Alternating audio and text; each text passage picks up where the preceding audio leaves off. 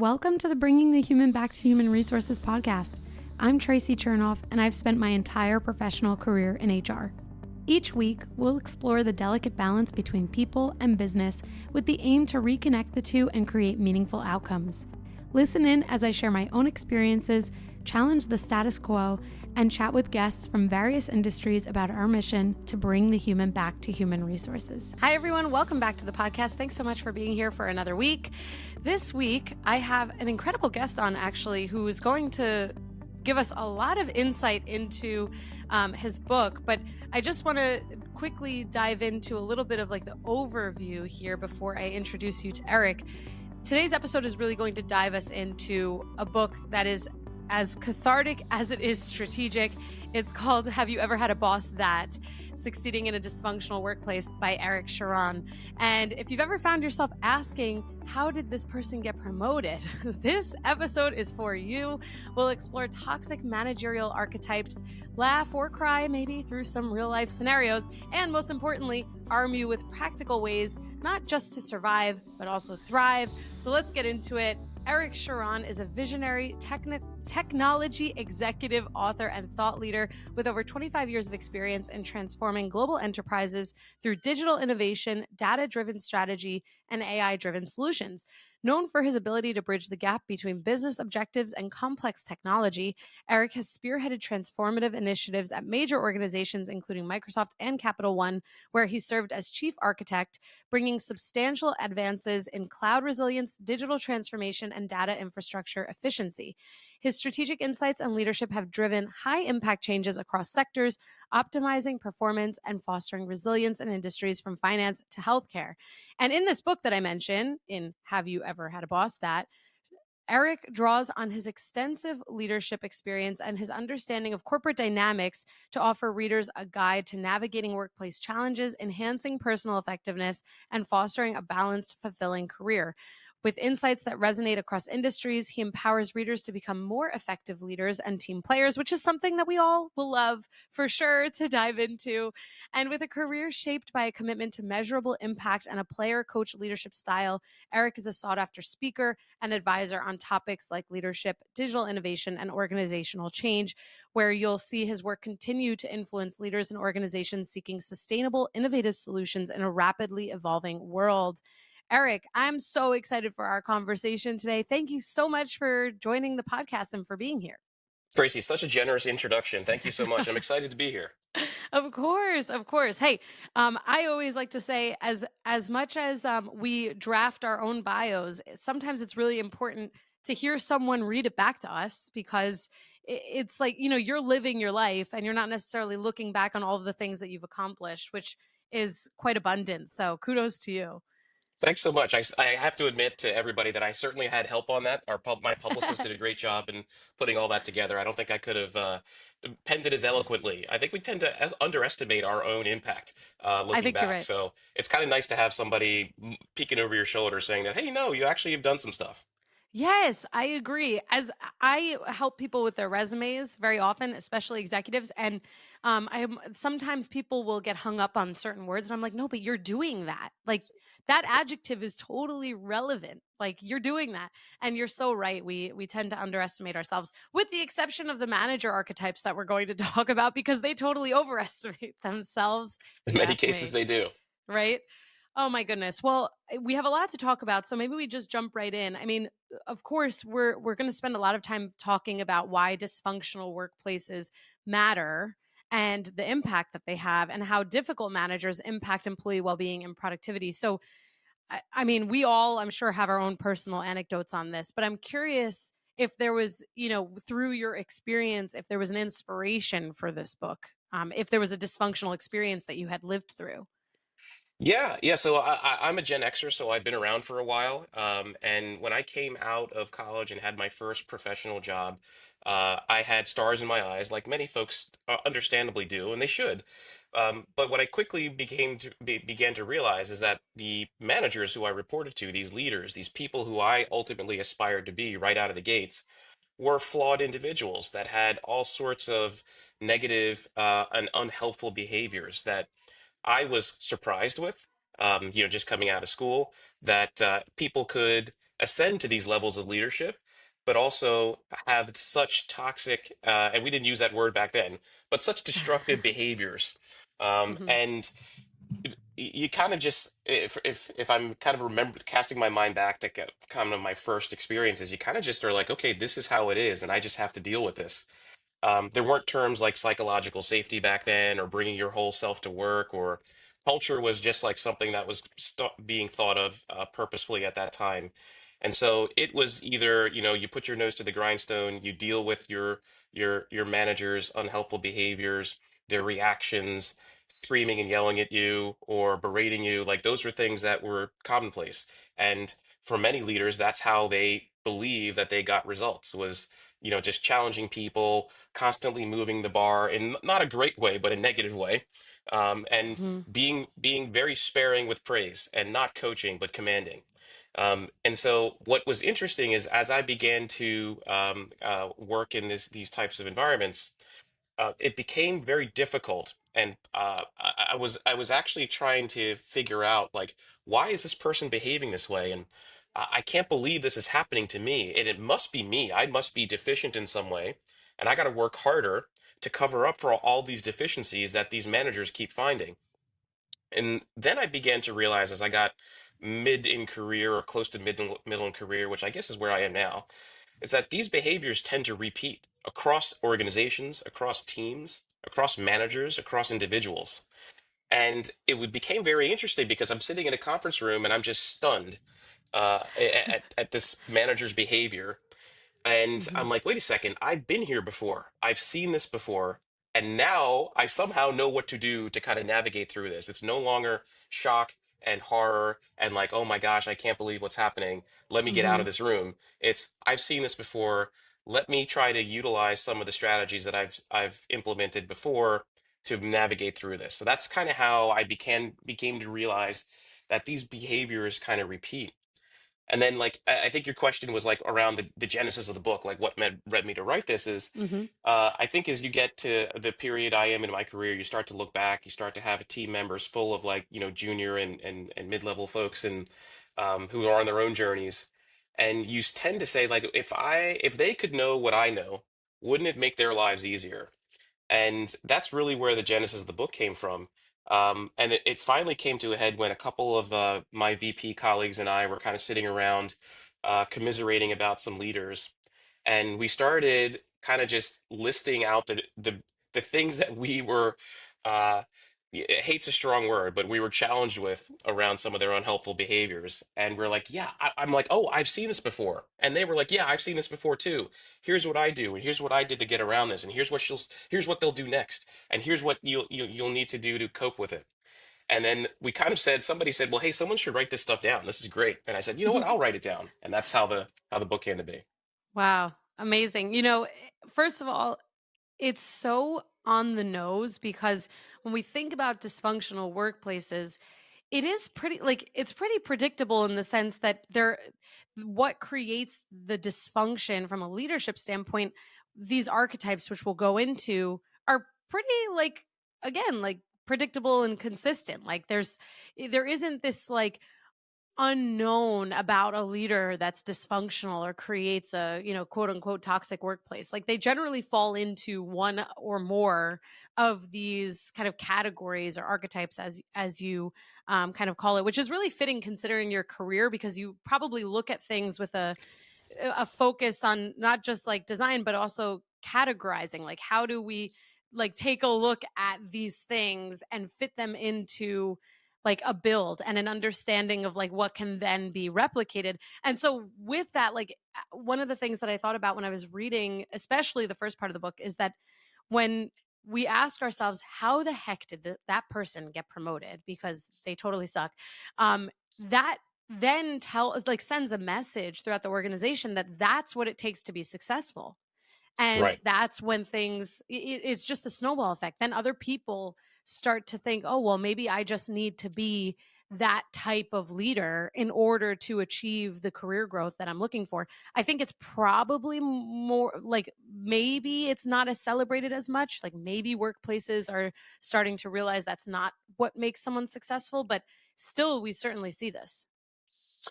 That's so insightful because these behaviors, these unhelpful behaviors that I ascribe to archetypes, not the people themselves, are just a function of the wrong tools in their toolbox. Mm, And these behaviors and these unhelpful tools persist because almost exactly of what you just said. In many organizations, a promotion is a reward. It's the organization saying that I'm confident that the results that you delivered were fantastic, and I think if we give you a team and we put you in a leadership position, we can achieve a force multiplication effect on your abilities. So congratulations, here you go. And in many instances, having gone through this myself, you're like, wow, look at what I've been able to achieve. And then like the next day or so, you're like, okay, now what do I do? yeah, Well, the only frame of reference I have is the leaders who led me. that's right. So I often say leaders lead how they were led. And if the leader that you had a toolbox full of unhelpful tools and behaviors, you're like, and as you said, you're like that, well, that must be what it takes to be successful here and to be a leader. So I'm just going to follow suit and do those things. And in reality, what I've noticed is for people, organizations pay a lot of attention to people that are on the executive end of things. So people like myself and others that are managing teams of 500 or 1,000 people, there's a lot of leadership advice, formal training, offsites, and coaching that help people in those positions manage that big of a staff. And it's rightly so, like that managing that number of people or greater is a art form in itself, and it's a much different one than if you were a early in career manager. But what I think is underserved in a lot of organizations is what are some helpful tools that we can give managers before they start just rote adoption of what their managers actually did. I think that that's an underserved area of investment for professional help. And there's this constant obsession now in the corporate environment of hiring bar raisers, hiring people that are fantastic individuals, but bringing them in and the talent acquisition is significantly expensive. And if you assign them to folks, one of the things I had the opportunity when I sat with Satya Nadella as part of a leadership program when I was at Microsoft, one thing that he said that resonated with me is that people don't quit teams or organizations, they quit managers.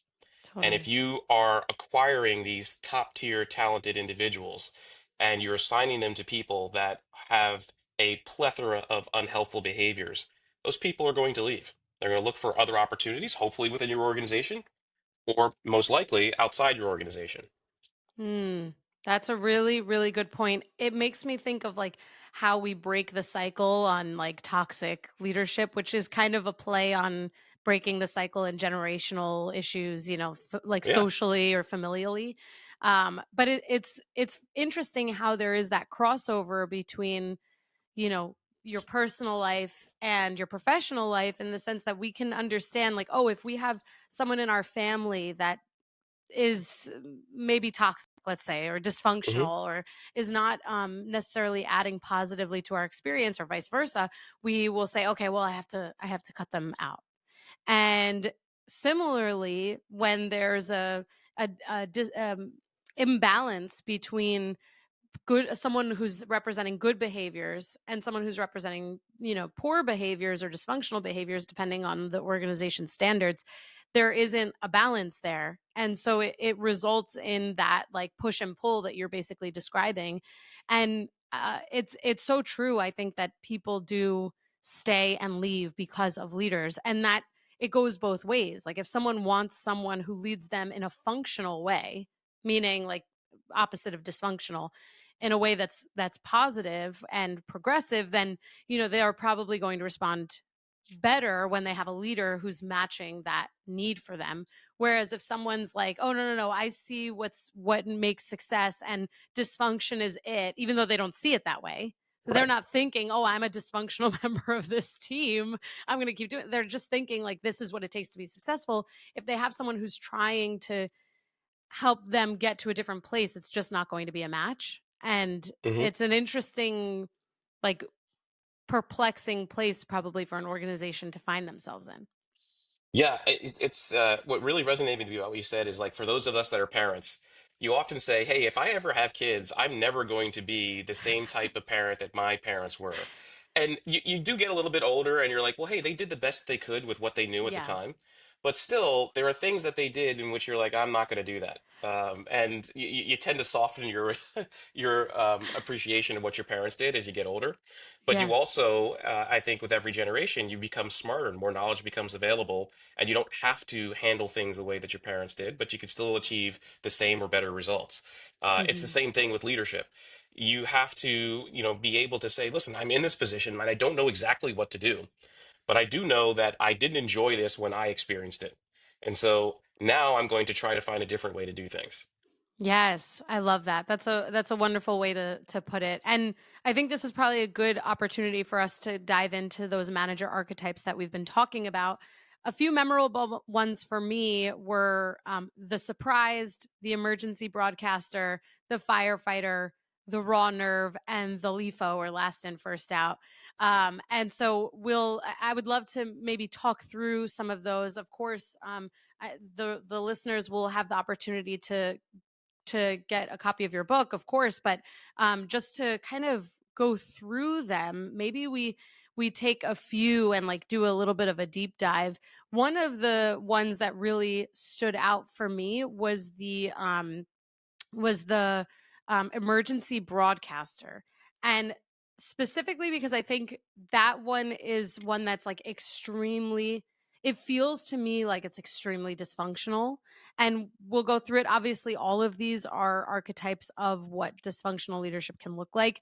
For those of you who are maybe not any of these, that might mean that you're not a dysfunctional leader. So don't feel like you have to prescribe to these. Like, you shouldn't, hopefully you're not finding yourself in some of these, but if you are, then that just means that maybe we can give you some solutions to overcoming some of these archetypes. But anyway, the emergency broadcaster is really like this: drop everything, we have a crisis.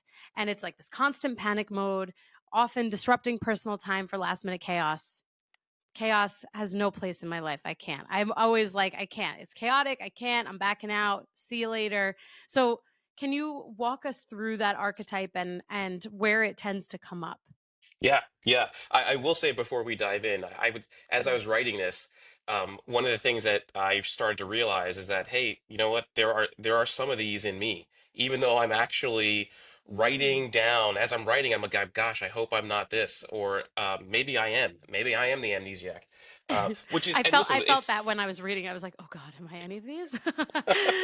and that's a good stressor, right? To be able to say that with self-awareness that, you know what, I'm not perfect Hmm. and I do have some of these things inside me and maybe I need to do something different. But the emergency broadcaster was one I think that we all kind of live through. And I think as you get on in your career, the senior leaders are often underwater, overloaded.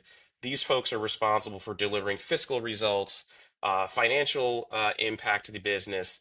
They have hundreds of thousands of emails unread in their inbox, Slack messages just blowing up every day. And in the book, I try to follow a narrative format. And so I try to use characters that we tell the stories about. Each one of these stories happened to me. So in this instance, my manager got a Slack message at 6:30 a.m. That said, "Hey, I'm looking forward to your team's presentation today. This is going to be important for the board to hear." And manager's like, "What? Wait a second, I don't remember that at all." All right, so now I need to bring everybody together to make sure that we're prepared for this. I didn't know that this was going to happen today. And so at that point in time, everybody knows that a vice president's calendar is just jam packed, like days in advance. So the Hmm. question becomes, well, when is the only time we can get people together ad hoc? It's obviously before or after hours. So this particular manager I had was a fan of the 7:30 a.m. Oh emergency God. meeting. People are in Zoom, shaky video on their phones. Their kids are screaming in the back seat as they're being dropped off at daycare. People are getting on and off trains, losing signals in elevators, juggling their phone with their Starbucks cups, trying to get to the office. Hmm. And it's all about like, okay, who's on deck? What do we have to do? I'm going to need you to do this, Eric, or I'm going to need you to do this, so and so. And in many instances, we were like, yeah, we've known about this for months. We're prepared. We sent you the deck last week. And it's like, well, let me see this. Let's go through it right now, slide by slide. And eventually you take from that 7:30 to your 9 a.m. Now you have no time to prepare for your own 9 a.m.s because you are, you know, kind of scaling up and, kind of take the emergency out of this particular manager's, awareness. And so that becomes, and by the way, throughout the day, it kind of resurges. Lunchtime, where I have questions about this. I don't think this slide belongs here, and then starts the deconstruction of a very well thought Mm, out and put together presentation that everybody's worked on. And at the last minute, you are running into the meeting, editing slides on the fly, disrupting very well thought out plans and presentations, and then making the overall stress of your employees and the presentation and the work suffers. mm-hmm, So that's kind of the emergency broadcaster. But mm-hmm, what's important is to really realize that if they had a choice, and many of these archetypes, if people had a choice to say, yes, I behave that way, or no, I'm not going to, they would say, gosh, no, I don't want to behave that way. right. But it's the only thing that they know how to do because of all of the different motivations and pressures that they're under. So it's very difficult as your kids are screaming and you're on a 7:30 a.m. call to feel empathy for somebody that orchestrated that chaos. But in order Mm-hmm, for you to actually get through it, to cope with it, you have to put yourself in their shoes. So certainly experience the shock, horror, and awe and, just resentment. Let it wash over you as best you can, and then get into a position where you're like, all right, well, how can I prevent the next one? How can I actually work with my manager to say that, hey, you know what? We are going to have this presentation. I'm worried that you haven't opened the deck. I'm worried that it's lost in your inbox. How can I actually get this in front of you so that you're aware, we can get your feedback so that we all walk in together, practiced and polished? mm. This, I'm telling you, this one, it was taking me back. It took me back to some times in my career, especially with some retail leaders that I've worked with. But honestly, it's like across every industry. This is not Mm-hmm. specific to any industry.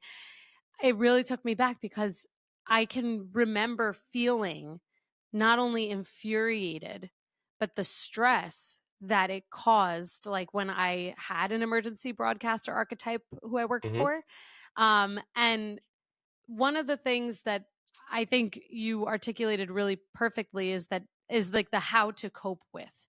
Because earlier on in my career, I would just find myself getting infuriated and I would be like, this person has a lot of nerve doing this to me when I put all of Mm-hmm. this effort into something really good.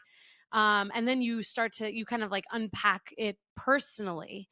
But Right. to your point, in order to cope with it in a way that's more uh, positive and more productive is to really think about, okay, what did that person go through that created that like sense of chaos for them. And something that I talk about often, not only in my own professional life but also on this podcast, is are really two things. One, that when people have an inflammatory response, be the anti-inflammatory, be the NSAID Mm-hmm. in this case. That's Like right. when someone is acting that way, do your best to de-emphasize whatever is causing that chaos. So like in that situation, now knowing what I know now 10 plus years later in my career, I would say, hey, let's slow down. We put a lot of effort into this. We met a ton of times. Like, why don't we just go through it? Why? And as a matter of fact, if in many cases, what ends up happening, I feel like, is that leader of the department brings in all of the levels. Mm-hmm. And rather than, like leveraging or leaning into their next level leader who can then kind of protect the rest of the team from that type of chaos, it's just like everybody feels it. So I would say that anti-inflammatory there is like, hey, why don't we just meet offline? Like the Right. team put a lot of good work into this. Like, let's just meet. It's a lot easier than like disrupting 10 people's days, so to speak. And then the other thing that I talk about often is managing up. And it's kind of this, Mm-hmm. it's a less tangible example of like this anti-inflammatory analogy that I use.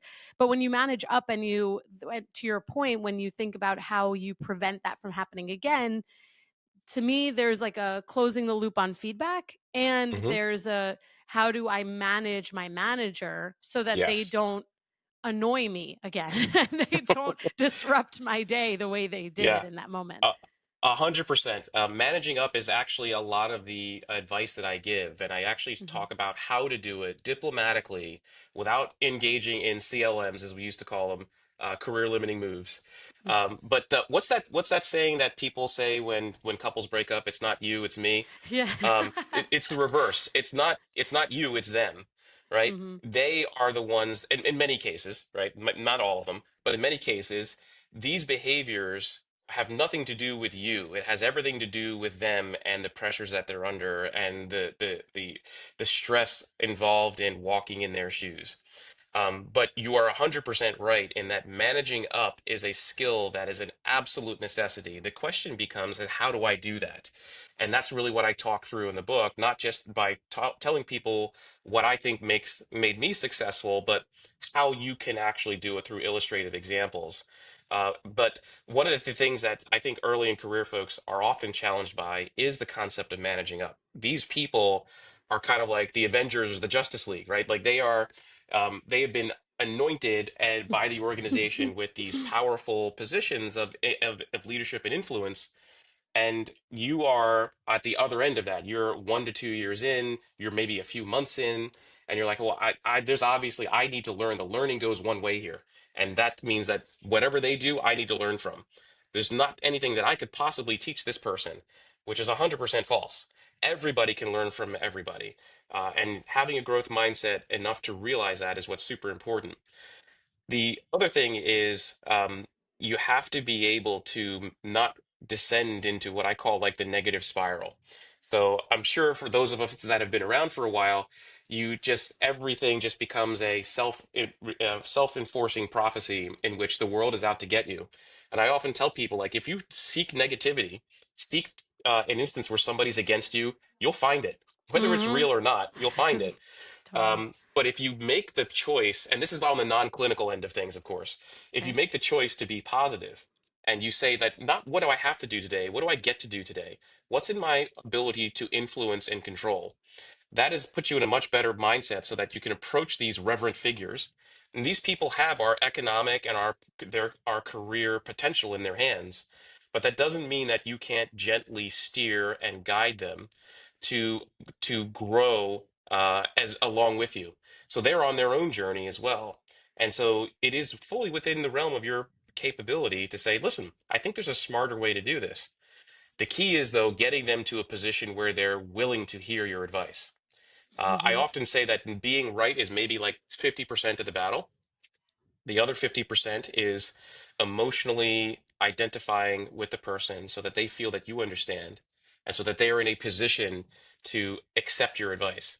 I've been at the other end of that. I have a howitzer full of data and examples of how you're about to run this team off a cliff, and I'm 100% right. But if they are not interested in hearing that, they are going to bind to the emotion that they used in making the decision. They will go deeper, and Hmm. they will tune out any logic or data associated with the opposing view. Yeah, protect your peace, folks. I mean, I think this is something that I've kind of learned this the hard way, frankly. I would invest so much energy into like as an HR partner saying, "Hey, we've got to do things differently. This was not okay." And taking the I'm right approach first rather than how are you, like, where did this come from, asking questions, why did you make this decision, why did you react that way, to build that kind of the to your point, like that connection based on trust and understanding. And I Hmm. learned the hard way, and if it wasn't like, oh, I learned it once and then like I applied a different practice. I had to like learn it a few times before realizing, or go through it a few times before realizing, oh, wait a second, if someone just told me that, or just came to me and was like, oh, you didn't do this the right way, like these are all the things that you caused, I wouldn't Hmm. be so thrilled either. So it's like, how do you, even if you have great relationships with people, it doesn't mean that they're going to be open immediately just because of that. So building the rapport, to your point, where you create you like allow them to drop their guard, and you create an environment where openness is felt and appreciated, then it's much easier to share your feedback or your advice without it coming off like you know better and that they know worse and that they've done a poor job, even if that is the case. And I'm glad I learned that. But I think that this is where, like, with this podcast, for example, if we can teach people in a way where they don't have to learn the hard way. We're gonna cut right to the chase, like, so much faster. And I actually had a leader who would say to me, "Hey, if you don't have to spend years learning this and you can just like take what I'm saying and apply it, you're going to save yourself a lot of headaches." And so now, Yeah. that really helped me to think about, oh, like, I'd rather not learn the hard way actually. Like, let me figure out what I can do differently so that I'm not like constantly faced with this uphill battle where, to your point, when someone has an emotional reaction, you are being dragged down into this deep, deep hole. And you're like, wait, how did we get here? But it's like Right. you kind of contributed to that because you didn't think, 5 steps ahead into what this person's reaction would be and avoiding that whole spiral. Yeah, you're so right. It's the way I think about it is you achieve understanding through empathy, and then you can convince somebody of Right. something. And that's Right. that's really the thread that runs through the entire book. Yeah, it's so true. And I like the narrative approach that you take because of that. It's like, oh yeah, I had a leader that was kind of like that. They did something similar. And then when you get to that second part of the book where you really talk about the coping skills and building resilience and growing your manager, which is what we're really Hmm. talking about here and managing up, as a career skill, it's like, oh wait, yeah, there are things that are in my control, as a matter of fact, that Hmm. can improve or reduce the chaos or the dysfunction or the that feeling of stress that the receiving party, so to speak, or that I, in this case, or someone else, is feeling as a result of some of these more dysfunctional archetypes. And then one of the other archetypes that really stood out to me was the surprised. I think, Yeah. of course, these are probably some of the more common ones.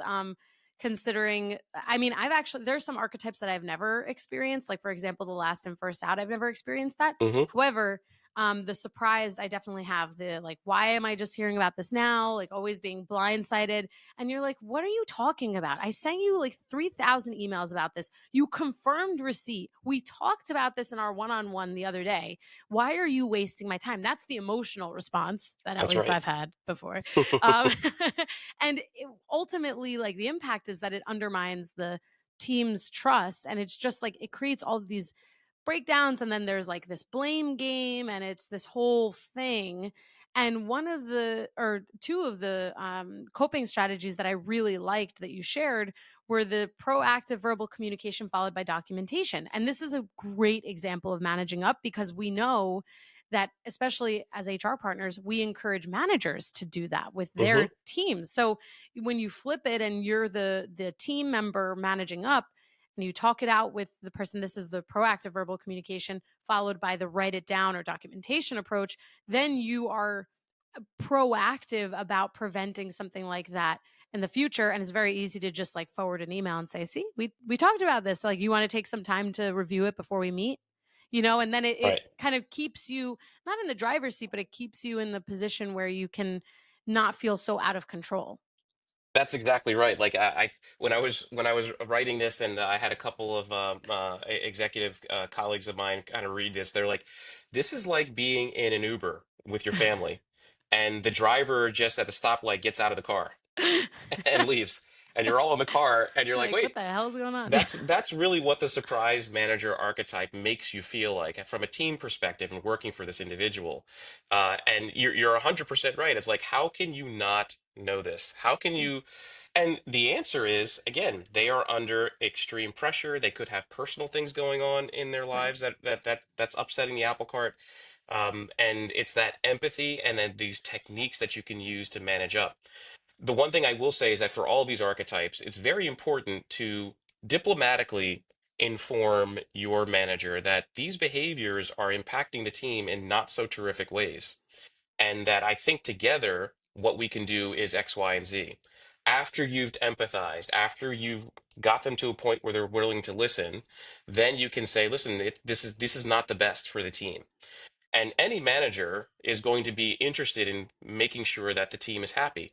And that's certainly altruistically important, but it's also because in many organizations, they do these pulse surveys in which manager compensation is based on how well you are rated by your team. So there's a financial, fiscal, and career interest in managers making sure that the team is happy with the jobs that they're doing in their leadership. So Hmm. those two things are kind of critical in making sure that you find the right way to dispel some of these behaviors which persist in silence from leader to leader. Totally, totally. Um, when I think about the surprised archetype, and I think I want to make sure we also get to some of the takeaways because I could talk about these archetypes probably for another 40 minutes, um, just because it's really so fascinating. And when I think about the surprised archetype, it's there is an element here where I think when we think about like the emotional reaction that that causes for someone who's extremely um committed and highly responsible, it feels like their work doesn't matter. It Right. feels like they put in hours of effort, all of this energy for someone not to notice. Yeah. And certainly there are members of the team who really just don't care and they're like, "Eh, whatever, like I'll just kick the can down the road." And we know that this is also an archetype where you're like, "Ah, we'll deal with it when it's on fire." Hmm. Um but I think like especially considering there are when we think about larger teams or frankly, I guess it's really applicable to smaller teams too, where you might have people who are really focused on their career growth. That Hmm. is so impactful. And when we think about going back to your point that people stay and leave for managers, if they consistently have that type of manager leading them and maybe they're newer in their career and they haven't developed those coping skills yet, they're out. They're That's not right. staying because they're like, "Oh, well, you don't feel any commitment or responsibility to me. You don't actually care what I'm doing, even if that's not the case." Right. But that's the emotional response. And so rather than coping with it and making improvements to prevent it in the future, they just leave and they find a different place. Yeah, there's this unwritten contract, I think, between a manager and employees that the manager should amplify and provide visibility to a team's great work, whether that's individual team members, or it's the team as a whole. Your job is to have your team members stand on your shoulders and then be able to kind of help you push them up.